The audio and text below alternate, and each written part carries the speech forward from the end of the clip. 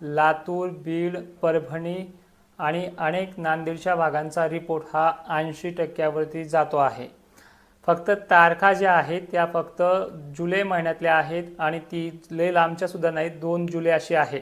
म्हणजे अवघ्या 3 ते 4 दिवसामध्ये ह्या सातत्यानं परेशानी असलेल्या भागांमध्ये हा पाऊस अखेर सक्रिय होण्याच्या मार्गावरती आहे, असा पॉझिटिव्ह रिपोर्ट 4 ते 5 मॉडेलच्या कंपॅरिझन केल्याच्या नंतर निघतो आहे।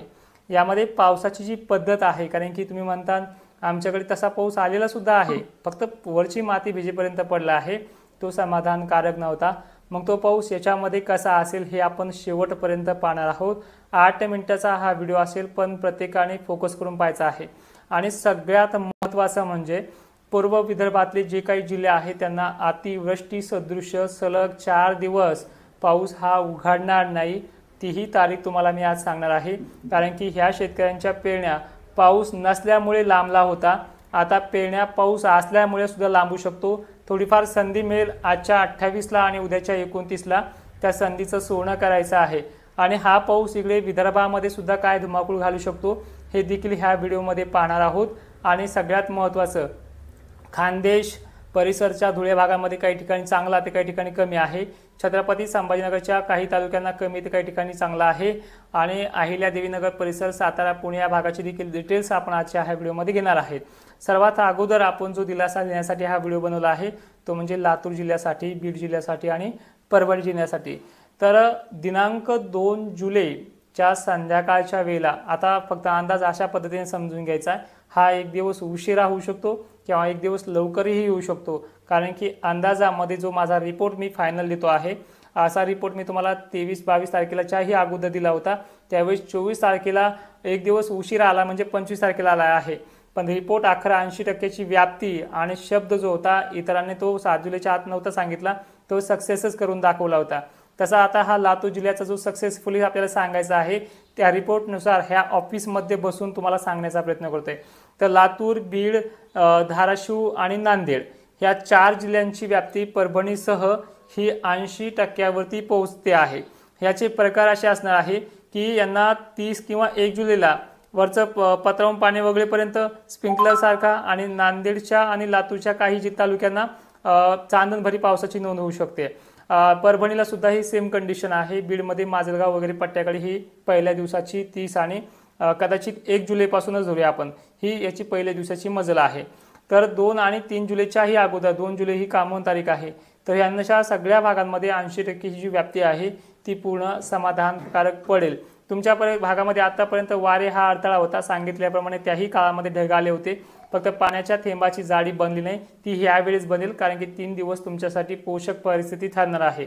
तर ह्यामध्ये सर्व तालुके येतात, विचारू नका सोनपेठ कसा राहील, परभणीचा गंगाखेड कसा राहील, यामध्ये ह्या बीड, लातूर, परभणी, धाराशिव आणि नांदेडचे सर्व तालुके येतात।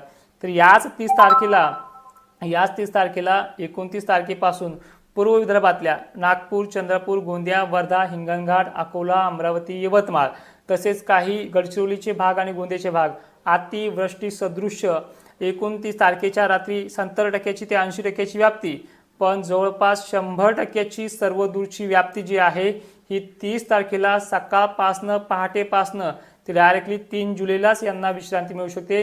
म्हणजे 30 पासून ते 4 दिवस लगातार हा पाऊस सोडणार नाहीये।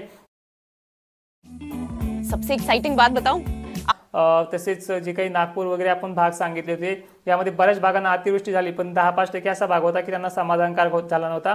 तर अशा शेतकऱ्यांना परेशान हा पाऊस करणार आहे, अतिवृष्टी सदृश्य हा पाऊस राहणार आहे। त्यामुळे ह्या काळामध्ये नदी ओलांडताना वगैरे गोष्टी करताना, आणि हे जे काही अतिवृष्टी होणार आहे ही 20% भागात होणार आहे, पण सातत्यानं रानं चिबडेपर्यंत काही ठिकाणी विहिरीला सुद्धा पाणी ह्या भागात येऊ शकतं। अशी कंडिशन याच टायमिंगला आहे। तुम्हाला तारीख मिळते आहे उद्याची 29 तारीख चंद्रपूरसाठी, गोंदियासाठी, आणि 30 तारीख ह्या पूर्व विदर्भातल्या सर्व जिल्ह्यांसाठी, हिंगोली आणि वाशिमपासून खालच्या, अकोल्यापासून, अमरावतीपासून खालच्या भागांना। तर याच दिवशी सुद्धा 29 पासून जे काही आपण सांगतोय बुलढाणा वगैरे इथे देखील फरक पडणार आहे, पण इकडे बुलढाण्याला 50 ते 60ची व्याप्ती आहे। पण याच टायमिंगला 2 जुलैला खानदेश चे सर्व जिल्हे नाशिक सुद्धा याच्यामध्ये समाविष्ट आहे। धुळ्याचे सर्व तालुके, जळगावचे सर्व तालुके, छत्रपती संभाजीनगरचे उत्तरेकडील सर्व तालुके, जालन्याचे उत्तरेकडील सर्व तालुके, जालना प्रॉपर जालना सुद्धा याच्यामध्ये येतोय 30 तारखेपासून 2 जुलैपर्यंत। तर ह्या तारखेला मराठवाडा सुद्धा दिलासादायक परिस्थिती आहे। आता वळूयात सांगली, सातारा, अहिल्यादेवीनगर परिसर, पश्चिम महाराष्ट्रातल्या जिल्ह्यांची कंडिशन। तुमच्या भागामध्ये 2 तारखेपर्यंत ही वाऱ्याचा जोर सारखा आहे। त्यामुळे अहिल्यादेवीनगर परिसराची जी कंडिशन आहे ही सर्व तालुक्यांची, इंदापूर असेल, परळी वैजनाथ, सॉरी इकडे काय तुळजापूर वगैरे परिसर असेल, सांगली असेल, यांना मध्यम वरचा पापुडा भिजेपर्यंत, पात्रावून पाणी ओगळेपर्यंत किंवा यांच्या 10-20% भागांमध्ये पेंडवालता पाऊस होईल। आपल्याला या भागातले जे वारे आहेत ते 3 तारखेपर्यंत सारखे चालतात।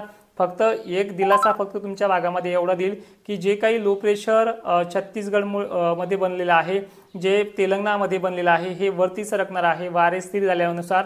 त्यामुळे याचा सर्वाधिक जास्त नुकसानकारक फटका जो बसणार आहे तो पूर्व विदर्भाच्या जिल्ह्यांना बसणार आहे। आणि याचा तिकडे बसल्यामुळे ती लेअर वरती संध्याकाळच्या वेळेला सरकत 2 जुलै किंवा 1 जुलैच्या आसपास ही काही लातूर, बीडकरांना, परभणीकरांना, नांदेडकरांना सुद्धा जास्तच आहे। यांना हा जो दिलासा मिळणार आहे या लेअरमुळे मिळणार आहे। आणि ह्या बीडपासून खालच्या भागांना, धाराशिवपासून खालच्या भागांना, लातूर वगैरे सर्व भागांना हा पाऊस आपलं पीक वाचवेल या कंडिशनचा आहे। पण 80% व्याप्ती आहे, यातही 20% भाग तो सोडू शकतो, पण 80% व्याप्ती ही सर्वदूर पावसात जमा असते। आता व्हिडिओच्या शेवटी एवढं सांगेन की बऱ्याच जणांना अजूनही अपडेटची गरज असते, स्पेशल आमच्या जिल्ह्याचा व्हिडिओ माहिती घेण्याची गरज असते। तर त्यासाठी मी तुम्हाला इंस्टाग्रामचे रील्स पाहण्यासाठी एक डिस्क्रिप्शनमध्ये लिंक देईल किंवा कमेंटमध्ये पहिली जी लिंक असेल ती असेल। हाच व्हिडिओ मी फेसबुकला सुद्धा अशाच पद्धतीने रील पद्धतीने देतोय, तिथे सुद्धा पहिली जी लिंक आहे त्याच्यामध्ये स्पेशल